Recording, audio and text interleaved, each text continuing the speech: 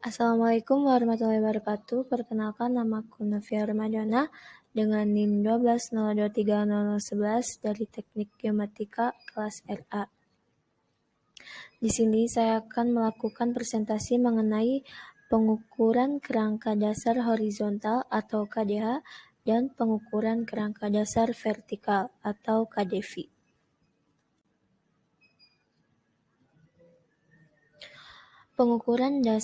Pengukuran kerangka dasar horizontal. Pengukuran kerangka dasar horizontal merupakan kumpulan titik-titik yang telah diketahui atau ditentukan posisi horizontalnya berupa koordinat pada bidang datar XY. Kerangka dasar horizontal bertujuan untuk memperoleh koordinat planimetris XY titik-titik pengukuran. Alat yang digunakan untuk mengukur yaitu ETS, prisma, statif, pita ukur, dan lain-lain. Nah, berikut merupakan beberapa metode dari pengukuran kerangka dasar horizontal. Di antaranya yang pertama yaitu metode poligon, metode triangulasi, metode trilaterasi, metode pengikatan ke muka, serta metode pengikatan ke belakang. Yang pertama, metode poligon. Metode poligon merupakan salah satu cara penentuan posisi horizontal banyak titik di mana titik satu dengan yang lainnya dihubungkan satu sama lain dengan pengukuran sudut dan jarak, sehingga membentuk rangkaian titik-titik atau poligon. Nah, metode poligon ini terbagi menjadi 3, yaitu poligon tertutup, poligon terbuka, dan poligon bercabang. Poligon tertutup merupakan kerangka dasar pengukuran yang membentuk poligon segi banyak yang menutup. Lalu poligon terbuka merupakan poligon dengan titik awal dan titik akhir tidak berhimpit atau tidak pada posisi yang sama. Sedangkan poligon bercabang yaitu suatu poligon yang dapat mempunyai simpul satu atau lebih titik simpul atau titik cabang. Nah, selanjutnya metode triangulasi.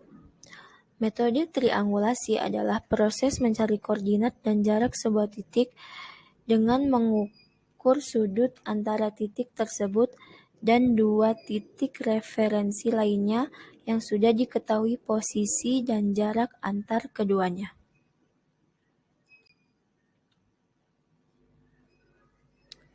Selanjutnya ada metode trilaterasi. Metode ini merupakan pengukuran yang dilakukan hanya pengukuran sudut.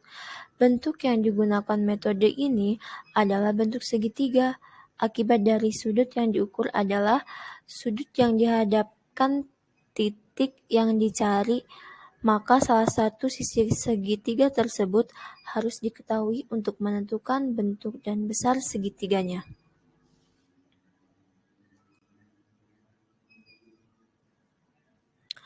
Selanjutnya ada metode pengikat ke muka.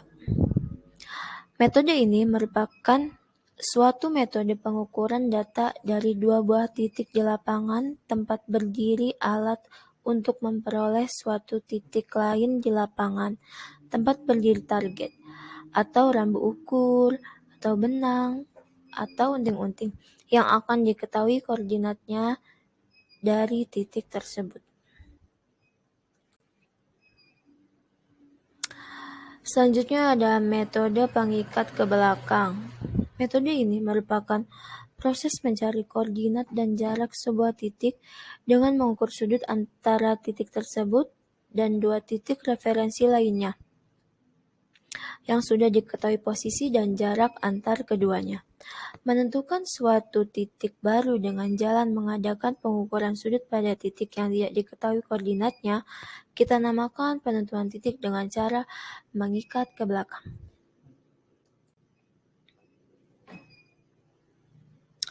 Nah, alat-alat yang digunakan dalam pengukuran kerangka dasar horizontal adalah yang pertama, pesawat teodolit, rambu ukur, prisma reflektor, statif, unting-unting, patok, galon, payung, pita ukur, kompas, dan lain-lain.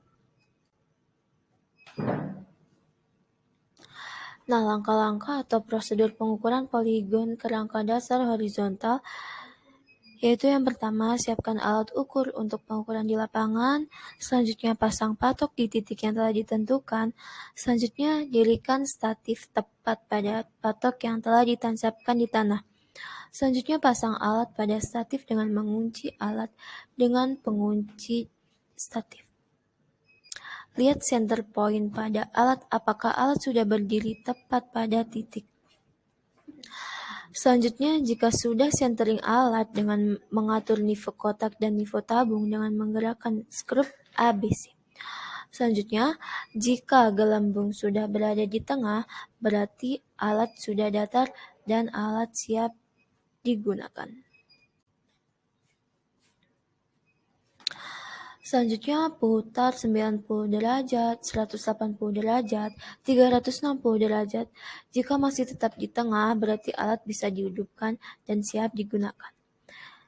Selanjutnya, hidupkan alat dengan menekan tombol on untuk melihat sudut horizontalnya dan tekan tombol V untuk melihat sudut vertikalnya.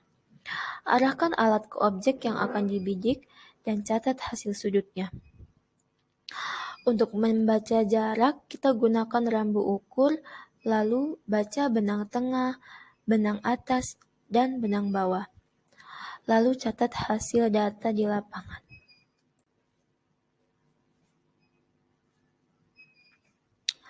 Selanjutnya ada metode pengukuran kerangka dasar vertikal. Pengukuran kerangka dasar vertikal merupakan teknik dan cara pengukuran kumpulan titik-titik yang telah diketahui atau ditentukan posisi vertikalnya berupa ketinggiannya terhadap bidang rujukan ketinggian tertentu. Bidang ketinggian rujukan ini biasanya berupa ketinggian muka air laut rata-rata atau ditentukan lokal. Nah, metode pengukuran kerangka dasar vertikal terbagi menjadi 3. Yang pertama, metode sifat datar, yaitu mengukur tinggi bidik alat sifat datar optis di lapangan menggunakan rambu ukur. Yang kedua, metode trigonometris, yaitu mengukur jarak langsung atau jarak miring, tinggi alat, tinggi target, dan sudut vertikal, atau zenith atau inklinasi. Yang selanjutnya adalah metode barometris, yaitu mengukur beda tekanan atmosfer. Pengukuran ini menggunakan alat barometer yang fungsinya untuk mengukur tekanan di udara.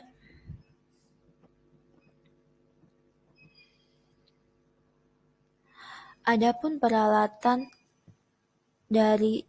untuk menggunakan metode sifat datar, yaitu yang pertama ada waterpass, statif, dan unting-unting, rambu ukur, meteran atau pita ukur, payung, kalkulator, serta alat tulis.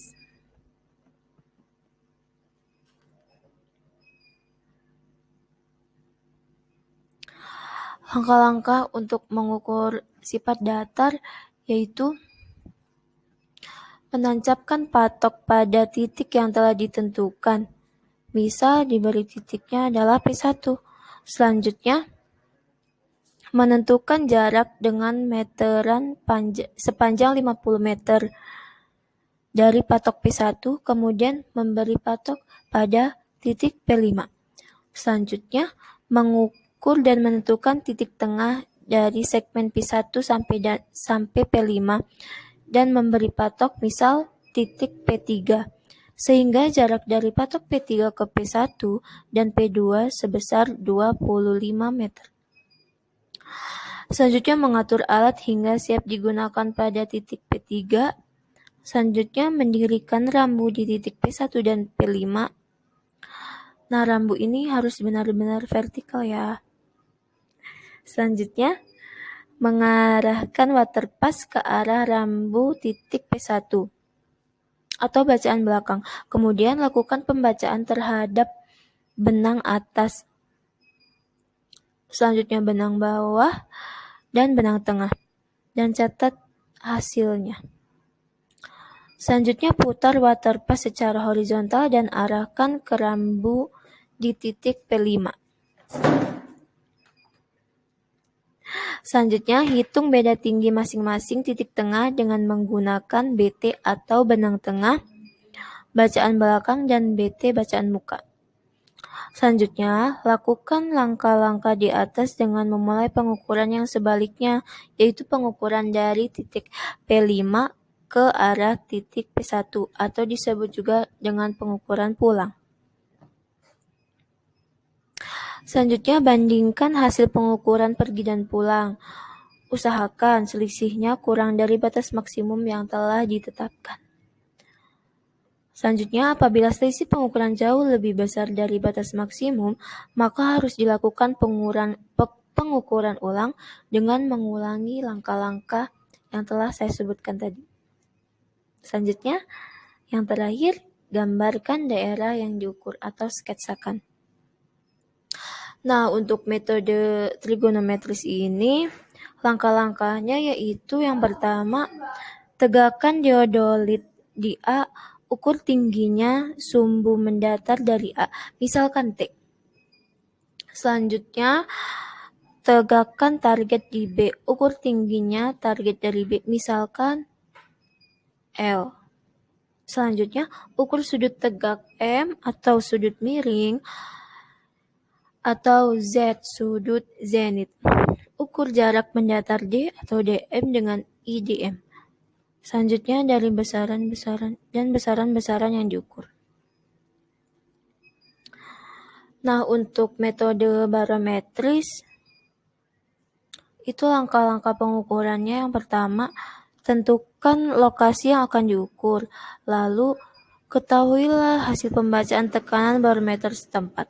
Lalu, atur jarum indikator pada barometer tersebut. Gantunglah barometer di tempat yang sesuai.